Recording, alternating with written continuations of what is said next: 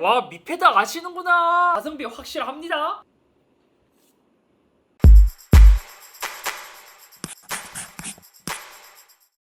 안녕하세요, 이썸입니다. 한때 어마어마했던 녀석이죠. 갤럭시 탭 S7 FE가 욕먹고 있는 가운데 출시해서 더욱 논란이었던 녀석. 오늘은 샤오미 패드 5의 첫인상에 대해 간략히 이야기를 해보려고 해요. 그리고 신기하게 얘가 중국에서 발표를 하고 나서 한국 출시도 굉장히 빨랐고 저도 빠르게 일단은 구입을 했어요. 그 이후에 쿠팡에서 추가 물량이 들어왔는데 그때는 초기 출시가보다 훨씬 더 비쌈에도 불구하고 금방 매진이 되더라고요. 그만큼 이 태블릿의 가성비가 좋기 때문에 엄청 많은 관심을 받고 있다는 뜻이기도 하죠. 참고로 샤오미 패드 5는 프로 버전도 함께 출시를 했지만 한국 정발은 프로 버전은 따로 하진 않았습니다. 제가 구입한 가격은 37만 9천원. 단순 환율로 계산하자면 이제 중국 내수는 35만원에 출시를 했는데 그렇게 나쁜 가격은 아니더라고요. 첫 번째는 디자인입니다. 제가 구입한 색상은 화이트로 구입했습니다. 그냥 블랙으로 구입하기에는 뭔가 밋밋한 감이 없지 않아 있어서 그냥 화이트로 구입을 했거든요. 뒷면을 처음 봤을 때 처음 생각나는 제품이 있었습니다. 바로 갤럭시 S10, 노트 10의 아우라 글로우, 아우라 화이트의 느낌과 유사한 느낌을 주더라고요. 얘를 살짝 각도를 줘보면 오로라 빛이 달라지기는 한데 이것도 생각보다 꽤 고급져 보이는 게 괜찮더라고요.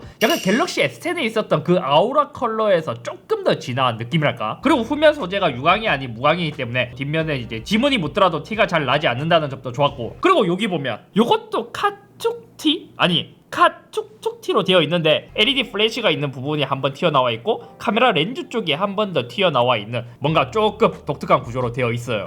게다가 여기 제가 처음에 봤을 때 카메라가 이제 2개 탑재된 듀얼 카메라인 줄 알았으나 한 개는 폰 카메라, 실제 카메라는 오른쪽 하나만 탑재가 되어 있습니다. 그리고 이제 측면을 봤을 때는 이게 측면이 약간 갤럭시 탭 같으면서도 아이패드인가라는 느낌이 될 정도로 두 가지의 느낌을 짬뽕한 듯한 느낌을 주더라고요. 갤럭시 탭 S7 FE랑 비교하자면 그쪽에 다이아몬드 커팅으로 한 번 더 깎아내서 좀 더 고급져 보이는 그러한 효과를 주는 것 같기도 하고, 약간은 옛날에 아이패드가 썼던 방식인 것 같아서 구형의 느낌이 나면서도 신형의 느낌이 나는 그러한 느낌을 주고 있습니다. 게다가 얘는 쿼드 스피커 위쪽에 2개, 하단에 2개가 탑재되면서 레노버 P11처럼 돌비 애트모스, 돌비 비전을 지원하고 있어요. 그래서 이렇게 이제 각인까지 적어놨는데 보통 이렇게 각인이나 예전 핸드폰에 스티커를 붙이면 여기서 돈을 조금 주나?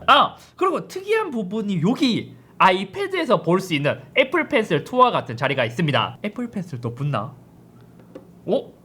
애플 펜슬도 붙기는 하지만 여기는 샤오미 전용 펜 자리다. 하지만 사용하면서 한 가지 큰 단점이 있었습니다. 비슷한 11인치 태블릿들과 비교했을 때 좀 많이 무겁다는 점이에요. 아이패드 에어 4가 대략 460g, 갤럭시 탭 S7과 얘랑 거의 비슷한 것 같은데 처음에 들었을 때 체감 무게가 좀 상당한 그런 느낌. 다음은 디스플레이에 관한 이야기입니다. 디스플레이 사이즈는 11인치, 해상도도 WQHD 플러스이기 때문에 4K까지는 아니지만 거의 유사한 이제 좀 높은 해상도를 갖고 있는 제품이고, 패널은 IPS LCD를 사용하고 있습니다. DCI P3 세경력을 커버하고 이 정도 가격의 태블릿에서도 쉽게 볼 수 없는 120Hz를 지원하고 있습니다. 재생률에서 120Hz, 60Hz로 둘 중 하나 선택해서 사용할 수 있습니다. 이것도 어떻게 보면 대단한 게 뭐냐면 갤럭시 탭도 플래그십까지 가야 이 120Hz를 지원하고 아이패드도 프로까지 가야 120Hz를 지원하는데 얘는 중국 가격으로 35만원인데 이 120Hz를 지원한다는 거죠. 하지만 여기서도 아쉬운 부분이 있었습니다. 예를 들어 유튜브에서 이렇게 스크롤링을 하더라도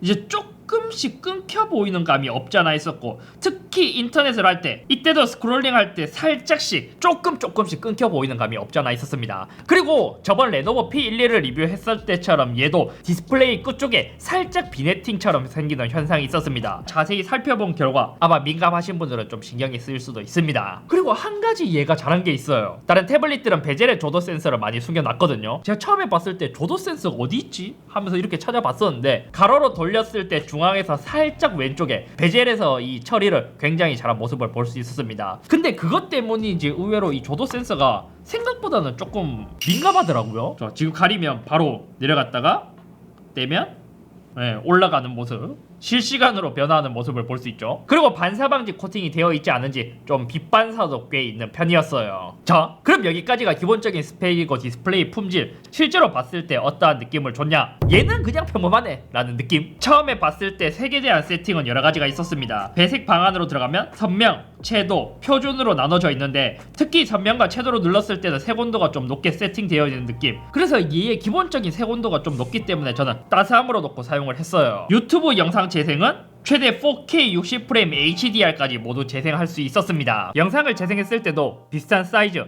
그리고 최근 가장 많이 비교되는 4가지의 태블릿과 비교해봤을 때는 확실히 갤럭시 탭 S7 FE는 4K 60프레임이 버벅이는 게 좀 크게 체감이 되었습니다. 그래서 풀 HD 영상으로 비교했을 때 레노버 P11과 미패드 5를 비교했을 때는 색감의 차이가 좀 보이더라고요. 그러니까 미패드 쪽이 조금 더 초록색이 도는 모습을 보였고, 아이패드와 비교했을 때는 아이패드 쪽이 조금 더 붉은 느낌을 더 줬습니다. 다만 미패드 5에서 가장 아쉬운 점, 다른 기기들은 영상을 재생했을 때 안부의 표현을 꽤 괜찮게 해준 것에 비해 미패드 5는 다른 기기 대비 안부가 좀 뭉쳐서 표현되는 것이 가장 큰 단점이었습니다. 그리고 넷플릭스 같은 경우 요즘에는 샤오미도 넷플릭스 HD 컨텐츠를 많이 재생을 할 수 있거든요. 앱 설정, 재생 사양해보면 얘도 와이드바인 에런 인증을 받은 모습을 볼 수 있습니다. 그러니까 이 인증을 받아야 HD 컨텐츠를 재생할 수 있고, 만약에 와이드바인 에런이 아니라면 HD가 아닌 일반 SD 화질로 볼 수 있는 거예요. 샤오미 제품들의 공통적인 문제인지 넷플릭스에서 이 와이드바인 에런이 자주 풀리기 때문에 HD로 좀 보다가 SD 컨텐츠로 재생되는 경우가 되게 많더라고요. 만약 넷플릭스로 좀 자주 보시는 분들이라면 조금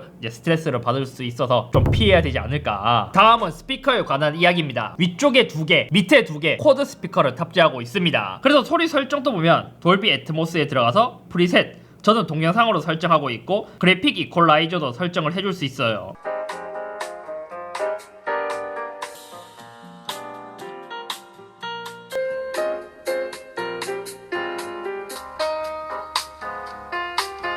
제가 들어봤을 때 어떠한 느낌이 들었냐면, 볼륨을 높였을 때도 소리가 크게 깨지지 않고 이 정도 가격대에 꽤 웅장한 소리. 그래서 요거는 제가 EQ를 조금 더 건드려 봐야 될 것 같기는 한데 조금 아쉽다. 다음은 성능에 관한 이야기입니다. 프로세서는 퀄컴 스냅드래곤 860, 6GB의 램, 128GB의 저장 공간을 갖고 있습니다. 그래서 얘가 처음에 공개되었을 때 30만원대인데 퀄컴의 스냅드래곤 860, 훨씬 더 비싼 갤럭시 탭 S7 FE는 그보다 훨씬 낮은데, 그때부터 얘 이제 좀 가성비라는 이야기가 나왔던 것 같아요. 그래서 제가 여러가지 이제 벤치를 조금 돌려본 결과 긱벤치 5의 점수를 보면 갤럭시 탭 S7 FE와 비교 시에는 훨씬 더 빠르고, 아이패드 8세대와 비교 시에는 멀티는 조금 빠르지만 싱글을 조금 낮은 수치를 보여주고 있었습니다. 하지만 이것은 이제 애플의 A칩과 비교했을 때도 이기기 좀 어렵기 때문에 안드로이드 태블릿과 비교하자면 30만원대의 이 정도 성능이라면 꽤 괜찮은 성능이라고 볼 수 있습니다. 그렇기 때문에 아마 대부분 웬만한 게임들은 괜찮게 돌아갈 거예요. 배그 같은 경우에도 옵션을 보니까 UHD, 그러니까 4K까지 지원을 했고, 게다가 FPS도 울트라까지 가능해서 최대 옵션까지 돌릴 수 있는 기기이지 않을까. 그래서 프로브로 게임을 했을 때도 화면의 움직임도 원활한데, 사실 이 그래픽이 정말 최대 옵션인가 싶을 정도로 좋아 보이진 않더라고요. 물론 모바일 배그 자체의 화질이 뭐 그렇게 좋은 편은 아니죠. 원신에서 매우 높은 옵션으로 했을 때도 이때도 플레이가 어느 정도 가능하긴 했어요. 하지만 완전 플래그십 프로세서가 아니다 보니까 간헐적으로 프레임 드랍이 생기긴 했습니다. 발열은 생각보다 나쁘지 않았습니다. 원신을 돌렸을 때 다른 부분들은 크게 발열이 느껴지지 않았고, 그나마 카메라 밑부분, 보통 왼손으로 잡게 되는 부분에서만 좀 뜨끈하게 느껴졌어요. 다음은 카메라도 보면 진짜 여기서 갤럭시 탭과 애플 아이패드 짬뽕했다는 느낌이 든 게 뭐냐면, 갤럭시 탭이나 미패드 같은 경우 16:10 비율로 가로로 좀 쓰기 좋은 비율인데, 전면 카메라는 아이패드와 같은 형상을 하고 있어요. 전면 카메라도 생각보다는 화질이 꽤 괜찮더라고요. 화상회의를 하면서 얘는 전면 카메라가 의외로 인상 깊은 그러한 제품이랄까요. 그리고 후면에 있는 카메라의 품질은 고급형 태블릿 카메라 정도? 확대를 해보면 조금만 확대를 하더라도 빛이 있는 부분, 이러한 부분들의 디테일이 뭉개져 있는 모습을 볼 수 있죠. 하지만 뭐 일반적인 그냥 간단한 기록용으로는 괜찮게 쓸 수 있는 정도예요. 그리고 배터리와 충전 속도에 관한 이야기, 얘는 34W급으로 충전이 되기 때문에 느리지도 빠르지도 않는 속도를 갖고 있습니다. 근데 요즘 샤오미나 중국 제품들이 갤럭시에 비해서 훨씬 더 빠른 충전 속도를 제공하는 것에 비해 34W급은 느린 속도라고 볼 수 있죠. 배터리 용량은 8720mAh를 탑재했고, 간단히 배터리 테스트에서는 유튜브에서 제 채널의 스마트폰 재생 목록을 최대 화질로 계속 연속 재생을 해본 결과 의외로 아이패드가 가장 빨리 배터리가 닳았고, 미패드 5가 가장 오래가는 배터리 타임을 보였습니다. 그래서 이번에는 고정적인 밝기가 아니라 최대 밝기로 배터리 테스트를 해본 결과, 이때는 갤럭시 탭과 레노버의 배터리가 뒤바뀌긴 했지만 그래도 미패드가 여전히 가장 오래가는 배터리 타임을 보여주더라고요. 그리고 생각보다 재미있는 점이 있었습니다. 삼성에 원 UI가 있다면 샤오미는 미 UI가 있습니다. 얘는 미 UI 글로벌 12.5 버전이 탑재되어 있고 확실히 애플을 따라했다고 느낀 부분이 뭐냐, 왼쪽을 내리면 알림이 뜨게 되고 오른쪽을 내리면 제어 센서처럼 뜨는 방식을 취하고 있습니다. 진짜 이거는 아이패드와 똑같은 방식이죠. 밑에 있는 독바부터 아이패드와 거의 유사하죠. 그래서 기본 화면은 아이패드와 구글을 잘 섞은 짭 같으면서도 아이패드에 뭔가 동글동글한 그러한 디자인과 거의 유사한 모습을 볼 수 있습니다. 이런 것도 뭔가 아이패드의 메모와 같은 유사한 느낌이 나요. 애플을 따라가고 있는데 묘하게 짭의 느낌이 난다. 그리고 특이했던 부분이 뭐냐면 얘가 제스처가 생각보다는 조금 괜찮았거든요. 예를 들어 캡처를 할 때는 세 손가락으로 내리고, 와 근데 이 효과음 자체가 완전 중국스럽지 않나요? 다시 한 번 더. 그리고 이제 부분 캡처를 할 때는 이렇게 꾹 누르면 되는데 이러한 부분은 생각보다 좋거든요. 그리고 생각보다 많이 아쉬운 점도 있었습니다. 지문 인식, 그러니까 여러가지 생체 인식이 되지 않는다는 점도 아쉬웠어요. 물론 보안 방식에서 얼굴 인식 잠금 해제를 할 수 있지만 이것이 애플에 있는 페이스 아이디와는 다르게 사진을 대조하는, 그러니까 2D 방식이기 때문에 보안성이 좋지는 않습니다. 그리고 안드로이드의 장점이 외장 메모리를 지원하지 않는다는 점, 그리고 약간 어색한 번역체가 조금 아쉬웠습니다. 그러니까 영상 통화를 할 때 얼굴을 좀 더 예쁘게 해주는, 그러니까 뭐 페이스 그 뷰티 같은 효과 같은데 뭔가 뭐 미화, 뭐 배색 방안 이런 게 뭔가 중국스러운 번역투랄까? 그리고 조금 아쉬웠던 점은 태블릿으로 내비게이션으로 쓰시는 분들도 꽤 있는데 얘 같은 경우 GPS가 탑재되어 있지 않기 때문에 와이파이로만 위치 정보를 인식한다는 점, 실제로 제 위치가 여긴 아니거든요. 그래서 제가 처음 사용해봤을 때의 첫 경험, 처음에는 출시했을 때 가성비가 죽이는 제품이네 라는 생각을 했지만 실제로 사용해보니까 곳곳에서 좀 아쉬움이 느껴지는 제품이었습니다. 예를 들어 안드로이드 태블릿 앱의 생태계, 그리고 스페이시트와 다른 평범한 디스플레이, 그게 조금 아쉽더라고요. 디스플레이만 좀 죽여지게 좋더라도 좀 더 좋았지 않았을까요? 물론 이 가격대에서 다른 안드로이드 태블릿과 비교하자면 좋은 부분들도 꽤 많습니다. 예를 들어 갤럭시 탭 S7 FE에 비해서 프로세서도 좋고 120Hz도 지원하고 오히려 디자인은 얘가 더 젊은 감각이 있는 듯한